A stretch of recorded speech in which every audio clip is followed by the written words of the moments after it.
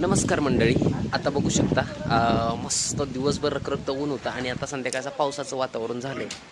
आणि बघू शकता कसलं भन्नाट वातावरण, गारठा एकदम मस्त वारं सुटले आणि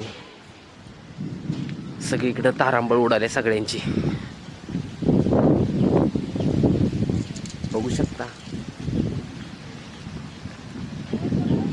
वीज पण कडकती आहे. तिथं आमच्या बाजूला लग्न आहे उद्या. तर एकदम वातावरण झालंय.